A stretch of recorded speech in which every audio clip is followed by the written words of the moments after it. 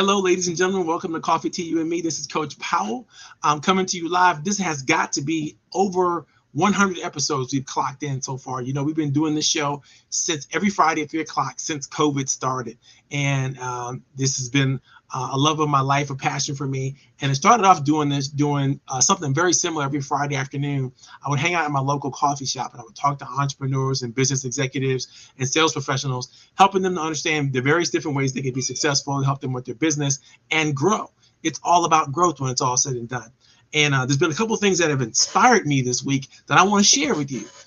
First of all, you know, the president came on online with the members of the CEO of Marriott the other day. We're talking about the recession. The government officially is not calling it a recession, although every economic indicator is clearly that we are in a recession. But what does it have to do with small business? What does it have to do with you and me? And a good friend of mine, Cherie Warwick, I'll just love her for this. She reminded me that years ago we belonged to an organization called BNI, and one of the things that we would talk about in BNI is when we were headed to bad times in the economy, we would wear little buttons that said, you know, my business is recession proof. And you know, there is a reason to think about it. And when you think about it today, there are opportunities going on in the market, no matter what you're thinking. Situations are going to change, that's clear, but there are clear opportunities as well. And one of the things that Cherie helped us pull out and understand when she showed video clips from the president's interview with the Marriott CEO, a couple of things are key economic indicators that we all should pay attention to. Yes, inflation is at an all-time high. Yes, prices are getting out of control. Yes, jobs are very, very low. And there's all the economic indicators that we're going into a recessionary time. But what does that really mean for you small business owners out there?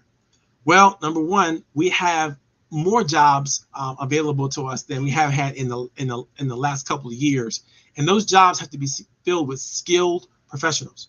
So I'm going to counsel all of you, or whoever coming onto the show, who's ever paying attention, think about what you can do to upskill yourself. Think what you can do to improve your skills, your talents, your abilities, your certifications if you need to meet the demand that's out there right now. Because the borders have been opened in terms of what we're going to allow in the country in order to solve some of the economic problems we have, or some of the job problems we have. Without finding good talent, we're going to have to go outside of America to find the talent for certain things. So, if you're on LinkedIn, if you belong to Udemy, or if you following any of the MOOCs, there are all kinds of upskill opportunities for you to go and take some training, get some certifications, learn some new strategies, some new techniques. You cannot put your head in the sand and think that you're done, because you can always learn new strategies, new techniques, new things to do to grow yourself, to grow your business, to grow your opportunities.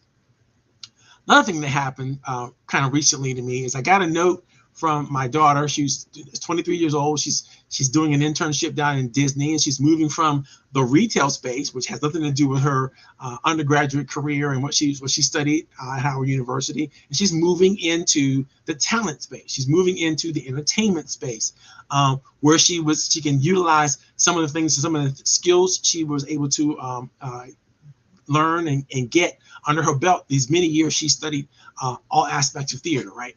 And so she's gonna get a chance to do that now, and that lets me know that there are opportunities out there. There are jobs out there. There are things out there that people can do. You just have to you have to open your lens and start to see different things.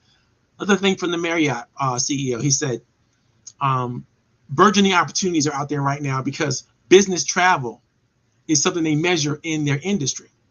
And so he's suggesting that there are more and more opportunities for businesses to travel, more and more opportunities for people to travel to see their clients, to meet their corporate offices, and so on and so forth. So business to business travel is becoming huge again. And it's an uptick in our economy. It's not a downtick in our economy.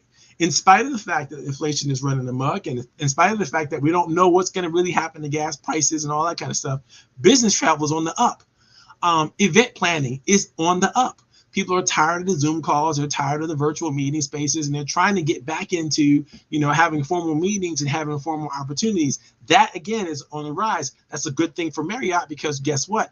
More people are going to be booking into hotels, they're going to be booking into conferences, they're going to be having live events, and those things are coming back big time. It's almost like people have had some pent up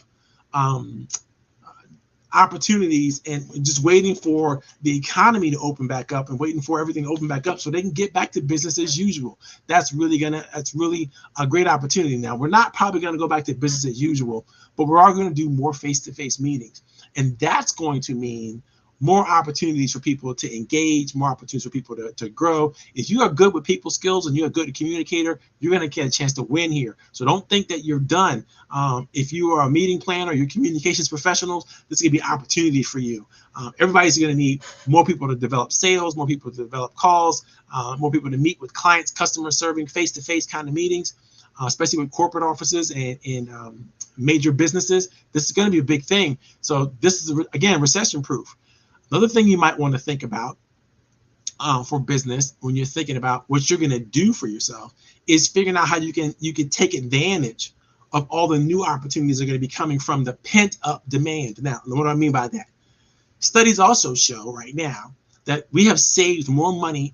America has saved more money through this pandemic than we have saved for years in front of that. So the banks are registering more and more savings, which means that as banks get more and more savings and deposits, they can actually give more and more loans. It doesn't mean necessarily those loans are going to come cheap in terms of the interest rates and so on and so forth, but they're going to be able to do that more because Americans specifically have saved more money than we've ever saved before. And so that means things like luxury spending, that might be going down. People are not going to spend so much for luxury things, but business spending, investment opportunities, things that are going to be those things are going to be going up. And so just think about that stuff. Don't buy into this whole recessionary mindset. Don't do it if you're a small business. You can't afford to anyway. So I challenge you to pay attention specifically to what we're going to be talking about today. Today's workshop, today's discussion is going to be the next episode of collaboration. And I'm going to try to get into the 13 key concepts that you need to learn and understand before you begin to collaborate. But before we even do that, I'm going to discuss with you a little bit about the benefits of collaboration so that you understand literally why you should be doing this in the first place. And then we're going to talk about the collaborative mindset. And hopefully in the next 2 episodes, we'll finish the 13. And then the last couple of episodes, maybe we'll get into some of the exercises that you can get into. But for those of you all who really thinking about that you're boosting your collaborative skills, there is a free training guide that we downloaded. You can find it right here in the chat. I'm going to repost it again just in case. Those of you who are just coming on, maybe not have it in your back feed, but you can see this. If you're looking at us on LinkedIn, if you're looking at us on Facebook or YouTube, you should be able to see the document.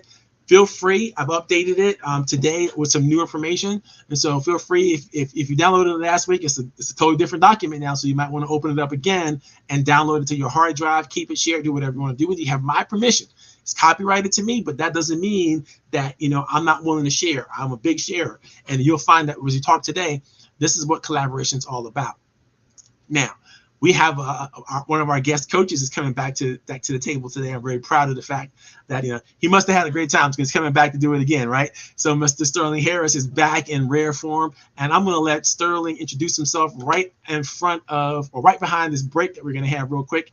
And I want to make sure I share this with you, and then we'll be right back.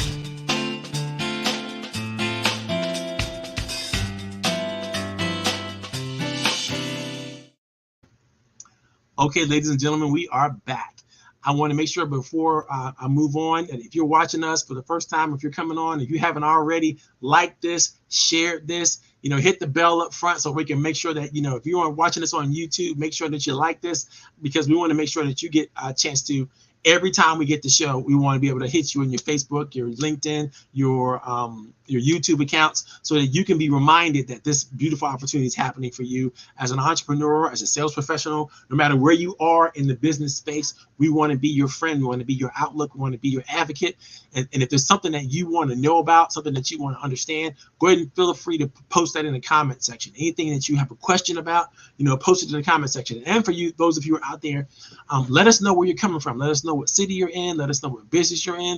If you have something that you want to share about your business, please do so. If there's a link that you want to share, an upcoming event, anything you got going on, we want to participate. This is an entrepreneur friendly site. We want to make sure that, you know, we're not shaming anybody. If you got something that you want to post, that you want to share that has to do with your business, make sure you put it out there. Now, we're not going to get a whole bunch into political commentary and back and forth about that kind of stuff. And if you post that kind of stuff, I probably will delete that information unless I like it. And in that case, you know, we'll make sure we keep it going. But just be careful what you're posting. Make sure you're posting about your business. Make sure you're posting about some of the things that you need, questions that you may have. You never know who's watching the post. And some people are shy. They don't necessarily want to come forward with, you know, ideas or concepts or anything, but they learn a lot from what you post. So if you got an idea or information that you think might be useful for entrepreneurs or small businesses, definitely share. I know my girl Annette is out there. Annette, why don't you tell us what your business is all about? Post that in the chat. Let us know how we can get in contact with you, how to get to your website, or wherever you want to share. Feel free to share out there. And without further ado, I'm going to introduce my man, Sterling Harris. Sterling is, I call him the coach's coach. He is literally a salt of the earth, one of the best in the business, in the industry that I've ever had a chance to interact with and see. Super smart, super talented, super bright. And he's here with us today. Sterling, why don't you tell us a little bit about yourself? Okay, well, thank you, Coach Powell. Glad to be here again. Glad to be a part of this entrepreneurial organization, mind building aspect of things. What I do, I'm a developmental coach, and what that means is I work with businesses, small businesses, entrepreneurs. My focus is on developing or teaching them how to develop vertical relationships. And what I mean by that are relationships with their clients, with their employees, with their contractors, with the HR departments they may work with or may have. But most importantly, how to develop relationships with themselves. Because in the business world and in the entrepreneurial world, oftentimes the relationships that's most beneficial to us is the one we have with ourselves. How do we relate to ourselves when things are tough? Coach Powell mentioned the recession news coming out. What do we make that mean? How do we analyze that? How do we then look at our business through that perspective? Coach Powell mentioned the fact that there are a lot of opportunities out there, even though the news media is giving us the information that there's a recession, and technically 2 negative quarters of GDP growth is technically a recession, and that's what we've had. However, with today's economy, this recession is different from previous recessions, and so there are a lot of opportunities out there. And what's going to make the difference, or what's going to be, in my opinion, the difference that makes the difference for those of us business people and entrepreneurs who thrive in this environment, is the ability to create relationships. As Maya Angelou famously said, you know, people may forget what you say to them or the information you give, but they will never forget how you make them feel. And that's the component of business relationships, because as most of us know, people do business with people that they know, like, and trust. And to roll all that into one word, that's relationships. And that's what we help businesses and entrepreneurs learn how to do. So I'm glad to be a part of this and glad to contribute whatever information or small tidbits I can to this process. And thank you again for having me, Coach Powell. Fantastic. Thank you, Sterling, for coming along. Really appreciate you, my brother. I'm going to put you backstage for a couple seconds, and I'm going to share some information with the audience. When you guys get a chance to think about collaboration, all right, I know that it can be very daunting and very difficult, because everything we've been taught since we were children were all about keeping the eye in front of everything else, all about maintaining our own personal perspective, maintaining our own personal value, doing the things that work best for us as individuals. And that is a totally Western concept. I want you to know, as a student of sociology and Pan-African studies and economics, I've studied so many different cultures and so many different realities throughout the world. And it is a particularly Western idea to think that the individual is the center of the universe, the center of everything.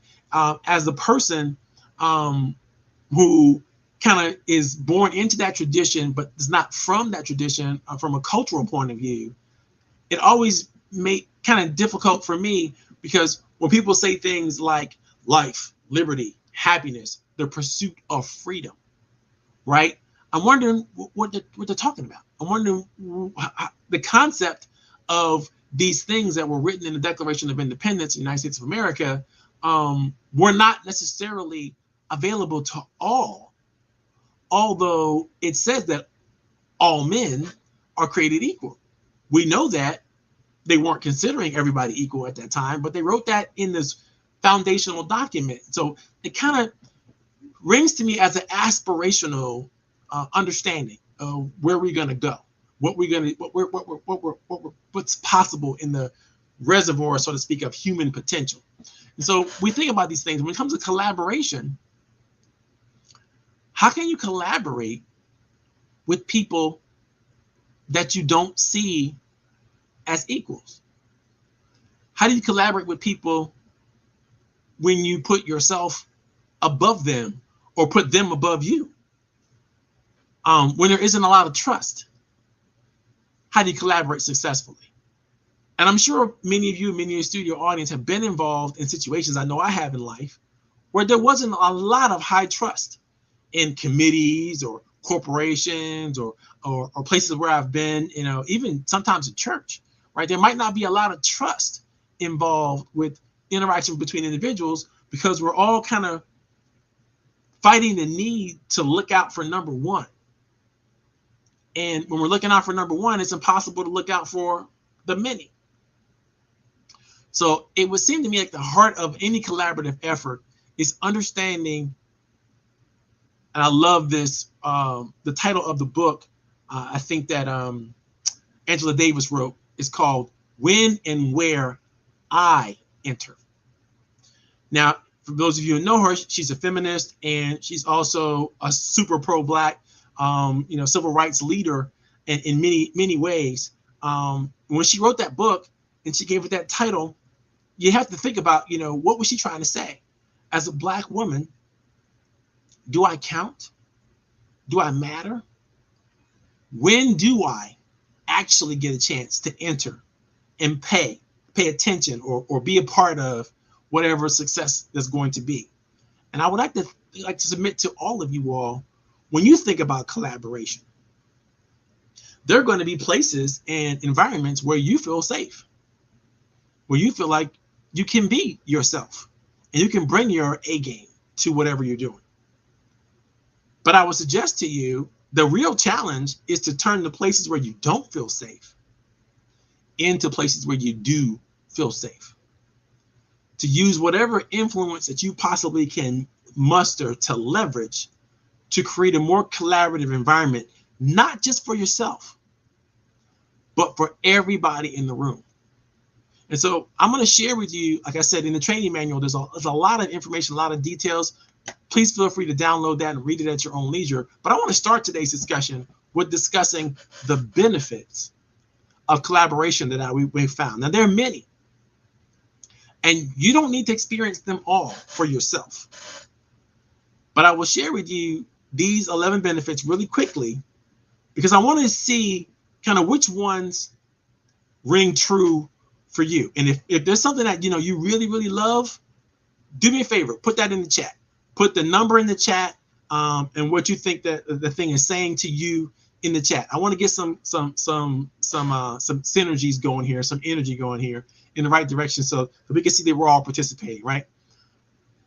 So there are 11 key benefits that we've been able to determine from all the literature, all the studies, everything we read, in terms of what collaboration is and what it does and what it can be for us as human beings.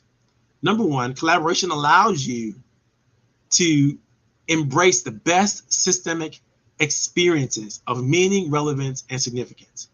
If you want to fully embrace everything it means to be on purpose, intentional, and to be special, you're going to have to collaborate. There is no other way for you to even determine for yourself, by yourself, what is good and what is bad. You need others to help you interpret those things. And they have to happen within the context. If you don't belong to a group that you're working with, or working for, or working around, or working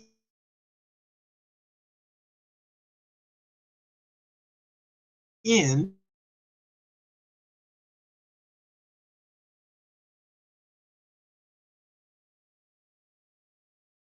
beneficial relationship and give you the satisfaction of unity.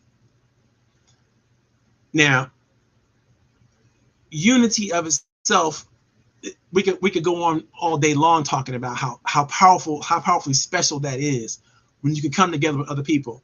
But just understand that when you're together with others, you're stronger than you could ever be. There is no other way to be as strong as you could be unless you kind of have other people covering your weaknesses, other people enhancing your strengths, other people helping you understand what opportunities there are, other people helping you understand what threats there might be, and then covering those threats, right?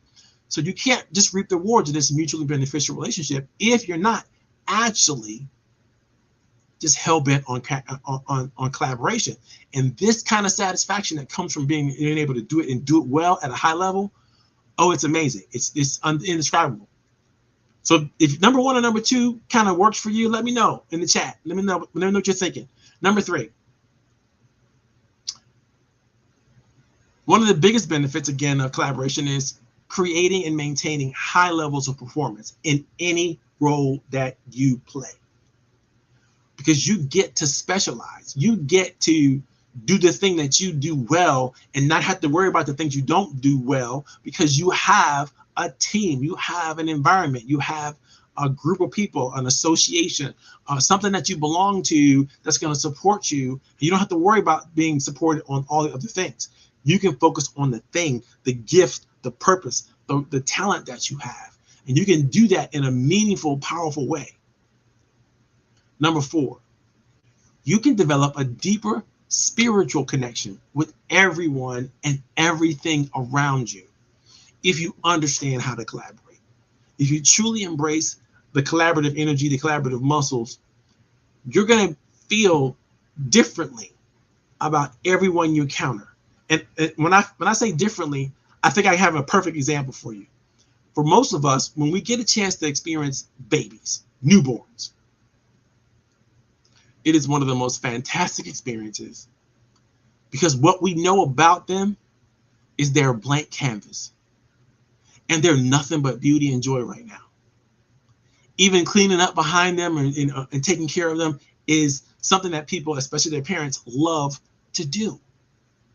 This is typically a healthy relationship with a young child, right? But something happens over the years. They kind of grow up and they get banged around a lot by society and by the world. And that beautiful spark of joy and happiness that used to be an infant is now questioning things, is now wondering why they can't have what they want, is now doing things that are against the rules. And they don't have that spark of joy, that loving feeling they always had all the time when they were infants. All they needed was a bottle and a nap, kind of thing. But now they need a lot more. And now things are a little bit more difficult. And it only gets more difficult as they get older and older and older and become adults, right? But I want you to think of every new person that you meet as a blank slate, a clean opportunity with no baggage. You don't have any baggage and they don't have any baggage. If you looked at them just like you would look at a newborn, you're gonna find out that there are talents and gifts that they have. If you examine them closely, you're gonna find out that there are things about them that you find fascinating. But you have to pay attention to do this. And when you do this well, you will find it easy to develop a deep, meaningful, spiritual connection with other people. That's number five. Number six is, when you're a great collaborator, you share the most infectious and powerful stories, because you've been able to go deep with people. You've been able to come up with the reservoir of the reason why people are doing the things that they're doing, and things that are connecting in ways that you may not have paid attention to if you weren't good at collaborating. when you're good at collaborating, you get to pay attention to the details. You get to see and fall in love with just the little subtleties in everybody's character that you kind of meet and come around, and you get to figure out ways that how do you put them on the team so they're respected, and how do you make sure you're getting the best out of every single one of them? How do you make sure you're giving your best to them in a way that is going to be mutually beneficial? You see, and in doing so, you develop stories. Almost every instant you can be together, you're developing a story. You're making it better and better and better and better. And you can tell the most magnificent tales of things that are going on. Almost every day, I try to create 3 or 4 new stories of people. People I know, people I don't know. And I do that because I want to reflect and I want to remember what's great about the interactions we had. I want to be a part of our success collectively. I don't want to be a part of our nightmare. I don't want to be a part of the negativity. I want to be a part of the good stuff. So I want to be able to develop, maintain, and share powerful stories of what we were able to do together, the time we were able to spend together, what I was able to get from it, and what I was able to share in those times. I'm always thinking about those things when I meet a new person because I love collaborating, right? That's number 6. Number 7, you can generate amazingly powerful good vibrations from just the attention of others. And I don't mean paying attention, I mean receiving attention. People who are good collaborators are also great receptors of feedback that's coming to them from other people. They're the kind of people that could literally just create just this energizing vibrations coming back from other people. And when they interact with other people, whether you're an introvert or an extrovert, it doesn't matter. Getting energy from other people is something that comes specifically and uniquely in a form that works best for you. And as a collaborator, you figured out what kind of energy works best for you. And you've also figured out how to make sure you get it from the people that you're working with. So in sharpening your collaborative skill, you become an energy collector. You know how to do that. You know how to get the powerful vibes from other people. And it makes such a difference in how you run your day, how you use things. People ask me all the time, Marvin, how do you get all this energy you have? Well, I surround myself with people who feed me. They take care of me. They make sure I stay on the up and up. They make sure I stay positive, right? That's number 7. Number 8. Number 8 is literally experiencing the exponential talent multiplication. There are gifts and talents that you have, but there are gifts and talents that other people have, and there are gifts and talents that are parts of the larger milieu of people that you deal with on a regular, consistent basis. Now, just like iron sharpens iron, right? Talent and gifts sharpen talents and gifts. And so when you're dealing with people, even people in your same or similar industry, you can find ways to work together to make each other better and to explode both of your talents. Think about some of the great bands and some of the great duos that you know, right? They can't be them without each member delivering their unique and special delivery. Could you imagine Earth, Wind, and Fire without their basses? This guy brought so much energy to the room.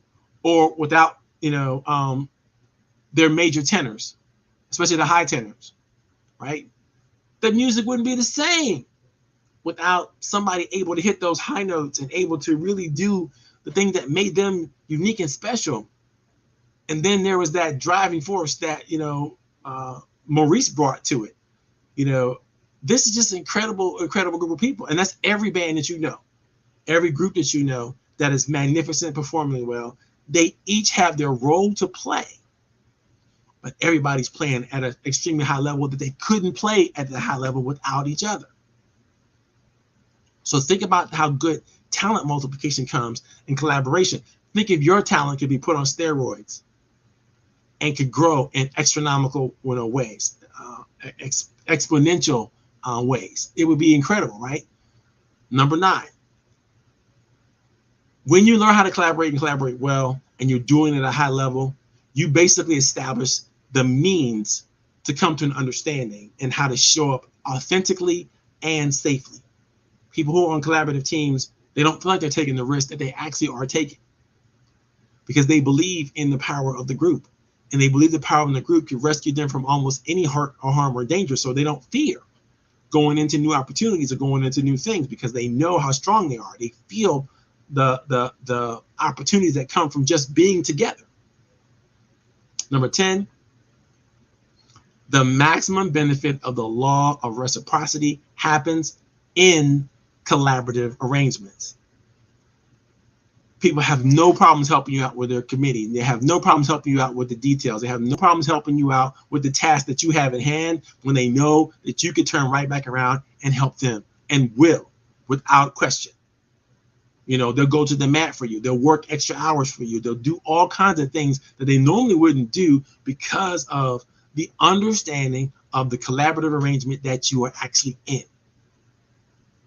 That's number 10. Number 11, and final, and I think this is the most important part of collaboration. When you collaborate well with others, you know the kind of success that only pure joy can bring. That's right.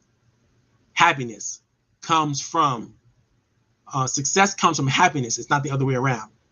You're not successful and then you're happy. You're happy and then you're successful. And happy people who work with other happy people just magnify pure joy. Not just success, but pure joy. The success comes later. So those are the 11 positive collaboration benefits. And I wanted to share those with you because I wanted you to think about what it actually means to collaborate. Because I think a lot of times we think that collaboration on its surface is not a big deal, especially in the Western world, right? We think that it's very difficult to collaborate. And I want to get some feedback before we go into the 13 aspects of collaboration. I just want to get a reflection of some of those benefits from our guest coach from Sterling. And anybody have anything to say in the chat, you know, feel free to let us know what you think about collaboration. Okay, great, Marvin. Thanks again for having me back. I think first underscore everything that you said about the benefits of collaboration. I think is all spot on. And if there's anything I would add to that is the aspect of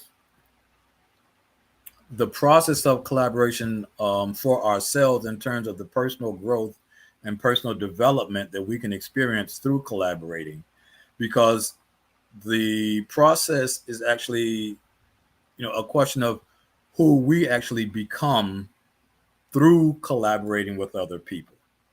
Who we as a person, how we as a person grow through collaborating with other people.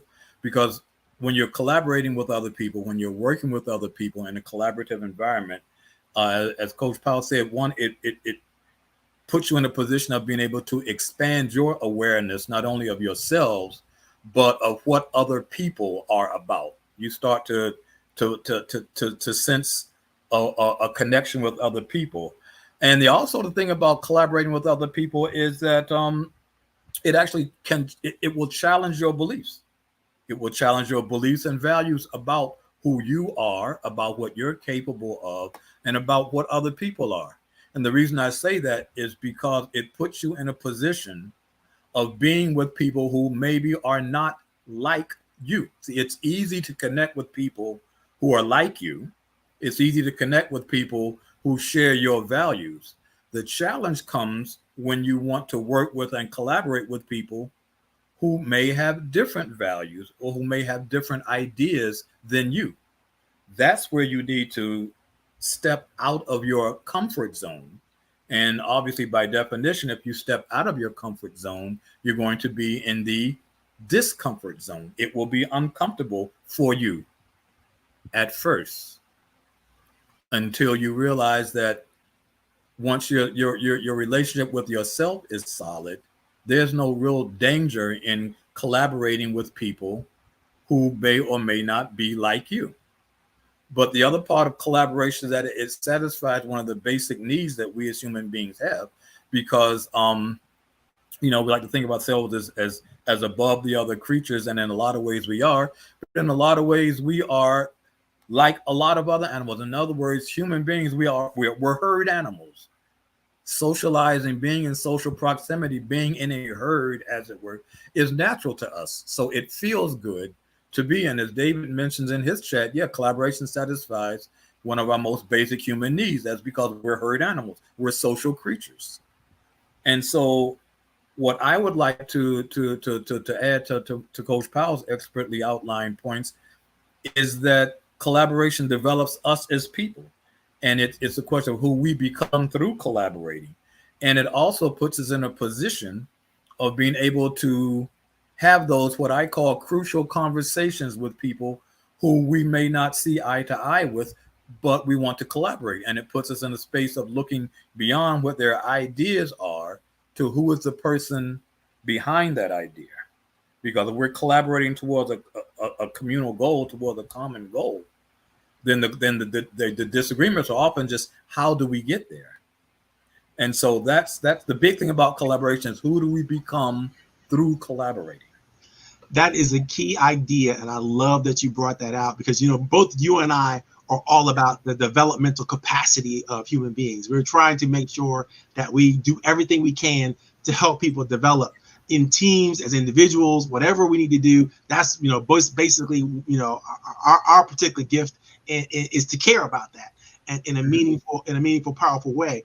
And one of the things I thought about as I was putting all this information together, you know, it's like, what would happen if everybody was interested in developing everybody around us? Mm-hmm. You know, if we literally walked around every day with this idea in mind that I want to contribute something of meaning to everyone that I come in contact with. Now, I know that it's literally impossible to answer that question with any level of clarity if I don't know that person. Mm-hmm. Right? If somebody wanted to buy me a gift and they didn't know me, then they probably should contact my wife or my daughter and kind of run it past them first, because they would know what I'm into and what I'm not into. Right? Because you can make it up in your mind. You could think, well, I got it. I know what he might like. I can sum it up based on what I think I see in him. But that means that you've been making an assumption about what you think you know about me. You literally be putting me in a box, trying to discover an opportunity to do something great for someone else. So I think we make that mistake all the time. We assume that others, especially across cultural boundaries, we assume that others kind of know what's right and what's wrong, what's good and what's bad, and we're all going to rock out to the same thing or whatever. And I would suggest to people, if that was the case, when you walk up to the aisle in the grocery store to buy water, would there be 25 to 30 different selections and types of water? I don't think so. I think we all have a unique thing that we like, a unique thing that we enjoy. And I don't think anything is greater than for somebody to tap into that and then deliver.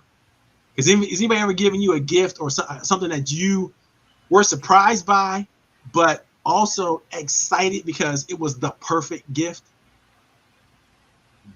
I know whenever that's happened to me, it's rare that it happens to me, right? But when it does happen, I'm like, this person, they know me, they get me, they understand me. And for a person like that who approached me like that with a full understanding of who I am, they can do no wrong. I will give them the shirt off my back without a question, because they have taken the time to at least try to understand me. I think that's the reason why we don't collaborate now as much, as because we don't understand each other. And we haven't taken the time to do what needs to be done to understand each other. What do you think about that, Sterling? Well, I think you hit the nail on the head. And I think talking about gifts, I think the biggest gift oftentimes that we can give people is something we can do for free, which is to be genuinely interested in them. Yeah, pay attention. Yeah, sometimes the best gift you can give somebody is to walk up to them, look them in the eye, and ask them, hey, how you doing today? You mentioned about blah, blah, blah yesterday. How's that going? How'd that work out for you? And oftentimes people will be surprised that you actually remembered that they mentioned something to you the day before, one. And then secondly, that you're interested enough in them to follow up and ask them how it's going. And oftentimes that's a gift you can give to people to you're collaborating with, or even just people that you see on the street. Hey, how are you today? But that genuine look them in the eye and connecting with them. And that's something you can do for free. I'm going to teach you all a trick right now. Everybody who's paying attention, I see you out there, David. I see you, Sonia, as well. Make sure you tell us where you're coming from in the chat, where you're coming from and all that kind of stuff. And thank you for your contributions. I really appreciate you paying attention and engaging in this way. Here's the trick. And it's not a trick. I mean, I use the trick because we had the language skills to come up with anything else, but it's definitely a technique. If you want to make someone fall in love with you, kind of what you have to do is fall in love with them first. Now, in order to fall in love with them first, you have to see something, hear something that they've done, something that they've said that you are genuinely excited about. You are genuinely interested in, because you can't fake this stuff. If you try to fake it, I know there's building rapport techniques. I'm not talking about that kind of stuff. I'm not talking about that fake it till you make it kind of stuff. I'm talking about being genuinely interested in who a person is, what they bring to the table, what's interesting about them to you, and sharing that with them. There's nothing wrong with affection. I know that we've been taught that let's go for appreciation because affection might be a little bit too deep. But there's nothing wrong with affection. It's trying to make sure you're not salacious in your affections that cause you problems, right? If you are being obsessive, or you're doing something that is counter to someone else's cultural understanding of what's good and what's not, then you might have a problem with being over affectionate. But there's nothing wrong with some level of affection, because we need some level of affection in order to validate our interest. If I say to Sterling, hey, Sterling, that's interesting that you're wearing glasses. You must be blind.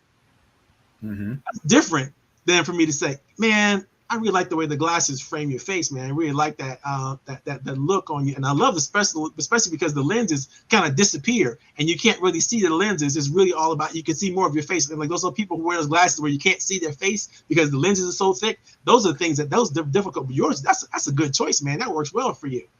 Different kind of comment. Yes. And the thing about it is that it's a sincere comment. Right.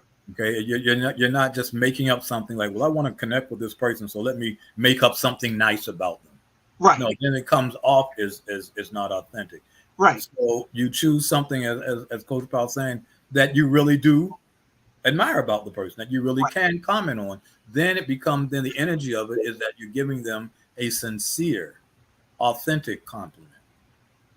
That brings me to something that I think people also misinterpret.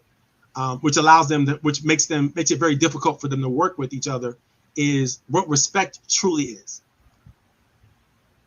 People have a difficult time with respect, because respect, by definition, means to admire or to hold something about someone in high regard.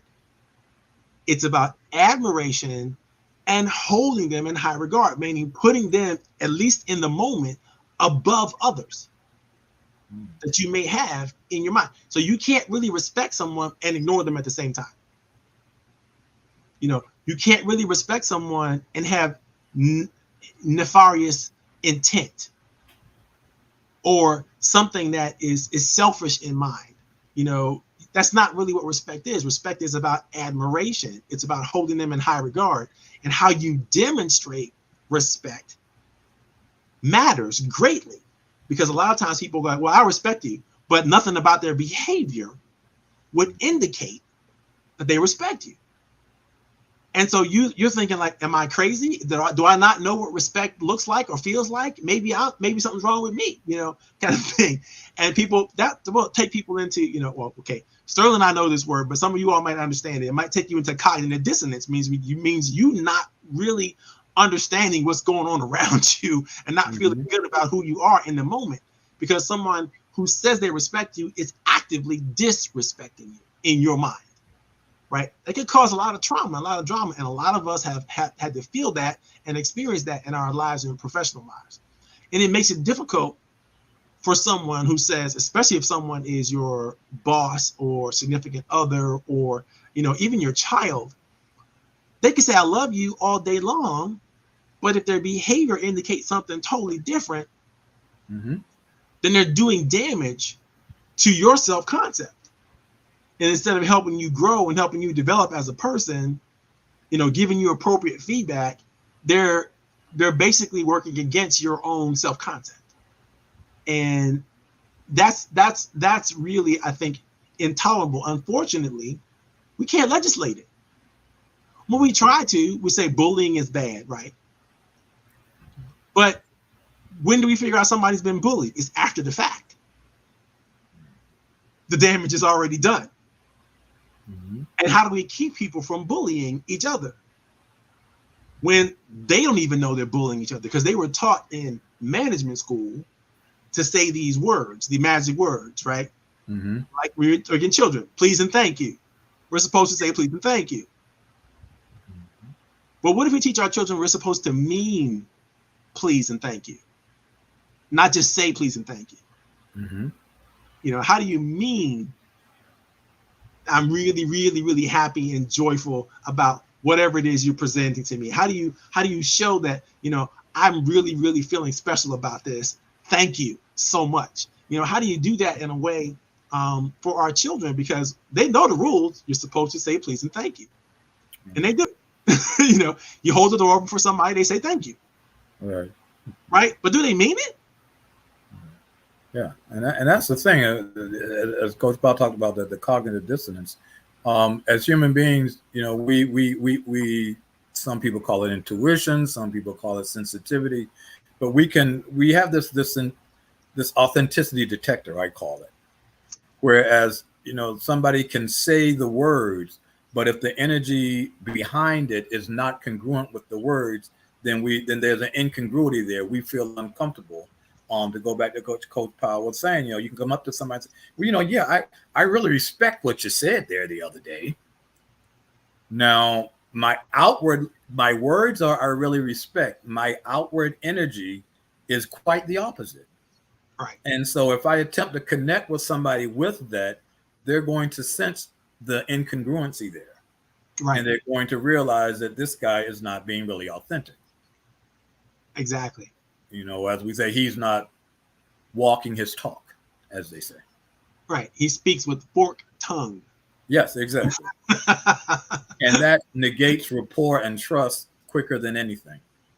And so the reason why, guys, for those of you who are listening, those of you who are watching this later, the reason why we're talking about this is because in order for you to go into a collaborative arrangement with somebody, you got to have some foundational understanding, right? You cannot go into a collaborative relationship with assumptions because you're in the same department, because you belong to the same organization, because you came from the same family, because you lived in the same area.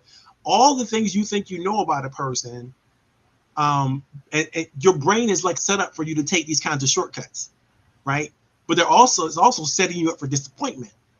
And so what you should probably do is cast out as many of your assumptions as you possibly can before you go into a collaborative arrangement or understanding, and make it clear.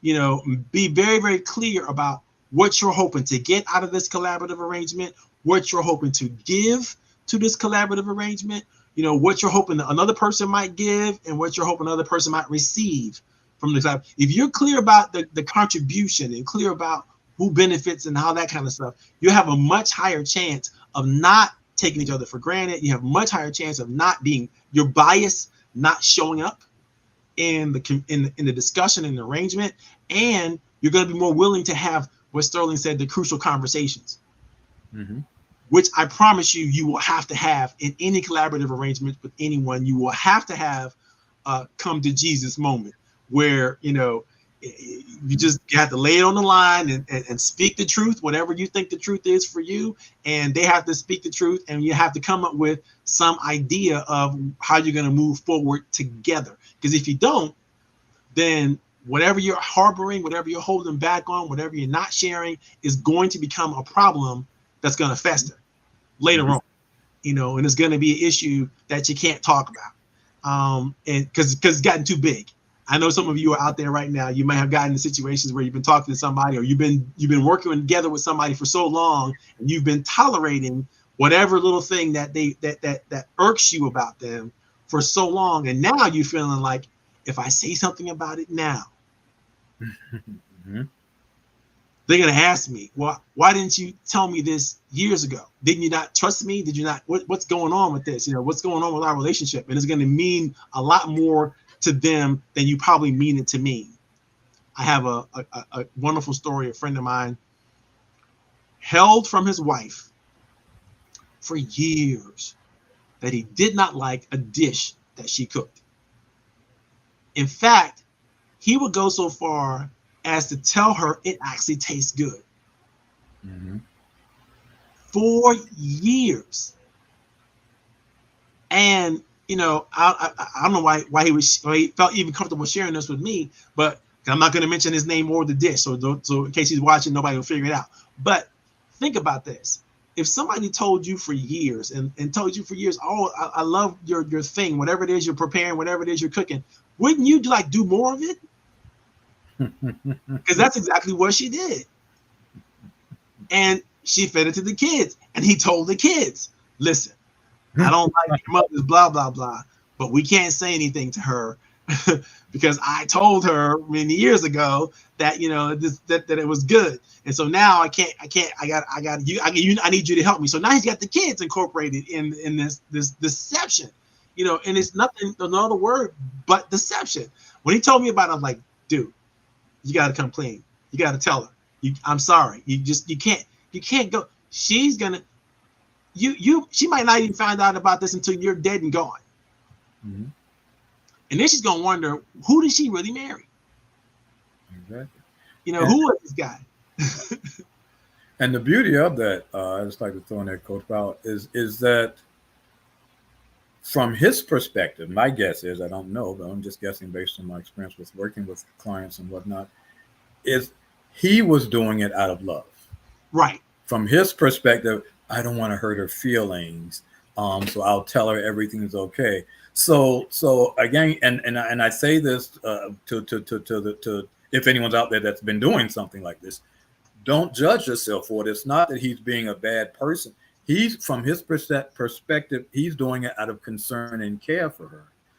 But on the other hand, think of how much it would deepen the relationship if he was authentic enough to tell her, look, I just, I'm not moved to do this dish. I love the fact that you want to make it for me, and it's just not working for me.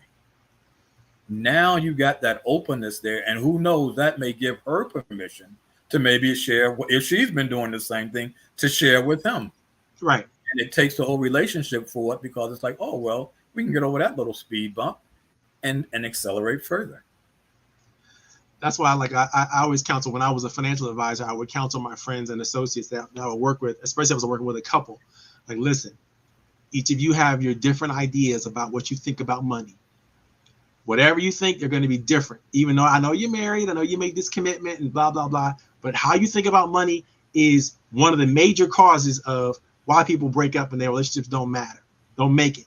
And so for me, what I want to make sure I do for you, if I don't do anything else, is have you all to have a common understanding of what you want your money to do for you collectively, not just what you want individually. And so I'm going to give you both a chance to talk, and whoever raises your hand first, and I make them raise their hand, and who wants to talk first, I say, well, you put your hand down, I'm going to let the other person talk first, because that person usually is the person that, doesn't have a voice, that hasn't had a voice in any of these conversations over the years, and it may be being bullied or not necessarily bullied, but definitely overshadowed by the person who talks more. And I was always careful about that. And so people love hanging around with me because I'm always going to find the shy person. I'm always going to find the person who is, I could tell they're brimming over with ideas because I'm paying attention, but they don't know when to jump in and when to say something and when to communicate, because I want them to have the floor because I know they got something good. And so I'm looking for that. So think about that. If you're collaborating with people, what are you finding in them that you think is wonderful? And how are you giving them the floor? how are you giving them an opportunity to shine? Because that's what collaborators do for one another. They find ways that they're doing well, that they're looking good, that they're feeling good about themselves, and they give each other permission to shine. And then they support each other. That's what you want. That's what you want. All of your relationships. Again, you know, what David said right up front in the beginning of our talk is really very important. And I'm gonna share this one more time so you know. Collaboration satisfies our basic human needs. If you do this well, you're going to work well with everyone. Everyone's going to work well with you because you're going to find reasons that they're great, and they're going to find reasons that you're great, and they're going to share those reasons with you in an authentic, genuine way. Now, we got a few minutes left in the show because I want to leave on time. But I want to open up for those of you all who have access to the information. If you're on LinkedIn or if you're on Facebook or you're on Marvin coming up with the blank here. If you're on YouTube, you'll be able to download the link. Now, for those of you who are on LinkedIn, you can't see it right away. I usually post the link after the show to all the collaborative stuff. So I'm going to share with you just one or two tidbits of the 13 key concepts of collaboration. I think you're going to love this. I'm on page 16 for those of you who can download the document and follow along with me. Number one, togetherness is synonymous with strength. Togetherness is strength. Helen Keller says this: alone we can do so little, but together we can do so much. You think about her life now. She's blind, deaf, and mute, right? So she literally had no way to communicate until her teacher helped her figure out another way to communicate, because she couldn't see sign language, she couldn't hear voices, she couldn't speak, you know, any way of clearly understanding. So they had to develop their own language in order to translate that language into the language that the rest of us can understand, and then she could become the great Helen Keller. Think about that. She needed others, and others need, and because of the gift that others brought to her, her teachers brought to her, she was able to bring her gift to the rest of the world, to let people who were disabled in any way, to let them know the game is not over because you have different ability. I don't even like to call them disabilities. I like to call them different abilities. Because you have different abilities, the game is not over for you. You don't have to bury your head in the sand and not be proud of who you are. This is the true benefit of togetherness. It brings power to the situation that you cannot come up with by yourself. Impossible. So think about it. I always look at everybody who comes in my path, and I ask them, what gift do they have to bring to me today? What is something special about them that's going to help me shine? What is something that I can bring to them that's going to help them shine? What can we share? What can we swap? We swap in gifts. We swap in talents. But I need to know what those talents are in order for that leverage to happen, right? No one person can ever possess all of the competencies that you're going to need in this world to be successful. No one person can hold it all. We have to reach out and stand for one another. The second thing I want to share with you, and then I'm going to get off the call, right, is understanding really, really matters. You know, Brett Harris says the beauty of collaboration between older and younger generations is that we combine strength with wisdom, a surefire way to accomplish more for the glory of God. There is a spiritual component to this thing of collaboration, because what we're able to accomplish together, once we understand each other and are committed and connected with each other, is magical. It is nothing less than miraculous, right? We can't do it. We can't even imagine how great we can be until we get together and be great. It's only an understanding of our unlimited potential. But our potential by ourselves, very limited. But with a larger group, a larger component, the potential is unlimited. We can change the world as a team, as a group, but by ourselves, it's going to be a lot more difficult, right? So opposites can find the right balance, right? You can find even people who are different than you can find that synergy. Also, people who are just like you can sharpen each other. So nobody gets thrown under the bus. Nobody is out of the collaborative thing unless they just don't want to collaborate. For whatever reason. I already told you all the benefits of collaboration. So the reason not to collaborate on anything that you're doing probably is something that really doesn't work for you long term. It's your selfishness, it's your ego, it's the traps that people have laid out there for you, that you've fallen into, sometimes on purpose, sometimes on accident. But you got to understand. If you understand who people are, what they're trying to accomplish, you usually can find ways to work with them. But you have to be willing to do the work of understanding before you enter into a truly collaborative opportunity. Sonia, I see you're out there. You're from Virginia. I don't know if David ever told us where he's coming from, but thank you both for coming on the show today. Unfortunately, and fortunately, because Sterling and I we could talk all day, every day about this kind of stuff, right? So just know that we'll get into the rest of this in next week, and we'll just keep going until we finish it all. But collaboration is the key to joy, satisfaction, happiness, everything you want to experience in life with that other people are involved in. If you do it from a collaborative effort, it's going to be so much better. And I hope that you get that. I hope that you understand that. That is our gift for you to share today, right? So feel free to like this post, share it, do whatever you want to do with it. I'll attach all the free training and all that kind of stuff to it. Sterling, I want you to hang around for a little bit. Okay, will do. So we can just give a little bit back brief after the show. Dave from New Orleans. That's what I'm talking about. I'm claiming New Orleans as my hometown. I've never even visited, but I've seen so much and read so much about New Orleans. I can't wait to go. I can't wait to experience the food and the music and the culture. I'm just looking forward to it.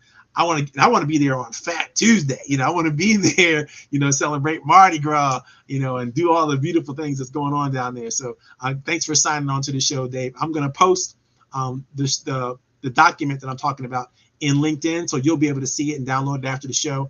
I'd appreciate any of you guys' feedback. Again, this is Coffee Tea, you and me. I had a great time. I hope you did too. And I'm out of here, guys. Have a great one.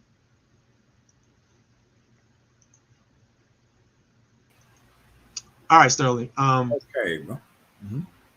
Sorry, I got you into the show a little late today. I was running a little late myself. Oh, no worries, man. No worries. I just came up from where was I? I was in Tyson's Corner, and I had to run back.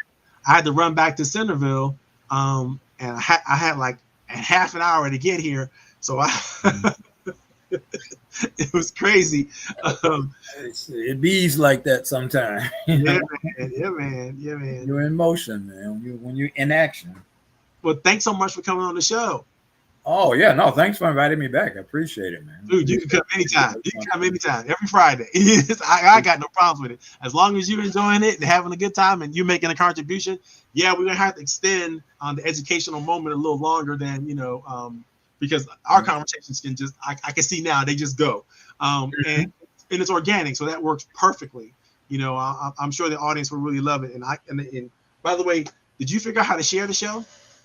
I haven't figured it out yet. Yeah, I own being technology challenged. I'm gonna send you a link so that you can have for yourself. It's gonna be the YouTube link, and then I'm gonna send it to you, and then you can share it with however you want to share it. But it'll be just a link. That's all you have to do is share the link. Oh, okay, and just send that link to somebody. Okay, check this out. You can send it to somebody. You can post it anywhere you want to post it with your understanding or whatever it is you want to do. Because now that I've closed the show out, I'll have a link available, and I should have did the same thing for last week. But once you actually open up the show, you can see all of the previous shows. Okay. Right. So you can see last week's show. You can find the link for that, and you can do whatever you want to do. Okay. Good. All right. Good. Yeah. The simpler for me, the better. I am venturing into this technological thing here. So I couldn't even figure out how to get the link in YouTube. It's like, okay, I know there's a way to do this, but I'm not sure what it is right now. You're doing great. It's not. I'm learning as I go. The one thing you have in your toolkit is your brain, right? Nothing can take that from you. So we'll figure out the camera angles. We'll figure out the shade and shadow. We'll figure out all that kind of stuff. But what we can't figure out is that brain. That's what you bring to the table, right? I appreciate that. I appreciate that, bro. Thank you so much, man. All right, I gotta bounce because I got some other people I gotta talk to. But okay, man. Again. All right, thank you, and I'll talk to you soon, man. All right, bye-bye. All right, bro.